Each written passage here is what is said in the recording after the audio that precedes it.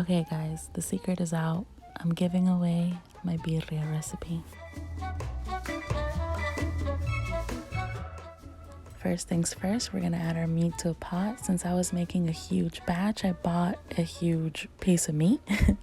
But if you're making this for a small batch, any kind of meat would work as long as it has a good amount of fat to lean ratio.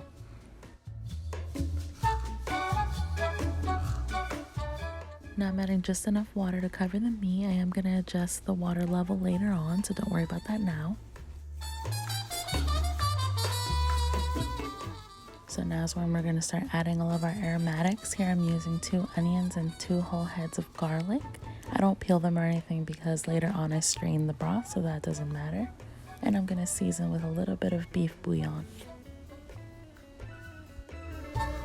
So next to our aromatics, I'm adding a little bit of allspice, some bay leaves, and whole black pepper. And like I said, everything goes in whole because I do strain the broth later. And finally, I'm adding some dried Mexican oregano and some dried marjoram.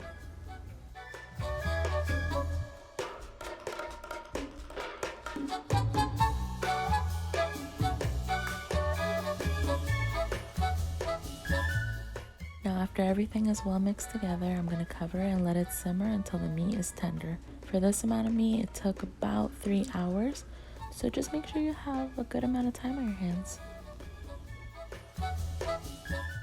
So now I'm taking my tongs or a spider if you have it and just fishing all of the meat out. I don't really focus on grabbing any pieces of onion or garlic skin or anything like that because I'm going to strain it in a bit, so that's not really necessary. So this is our broth here. It's already strained. There's no onion skins, no pieces of meat, nothing, just nice clear broth. So up next I'm going to add the chili sauce, and this is just the regular sauce that we use for stuff like tamales, tacos, anything. It's a really common sauce, so I will have a video up for that soon, so stay tuned. Now I hope it goes without saying, if you add more water to your broth or anything like that that has less seasoning, you're going to adjust your seasoning because you know what? That's what cooking's all about, baby. Now after shredding all of the meat, we're going to add it back to the pot. So I'm just adding even more meat back into the broth because like I said, I was making a huge batch of this stuff to sell, but in the description box I will provide a more single version of the recipe. Now all that's left to do is to cover and let it simmer for at least 20 to 30 minutes.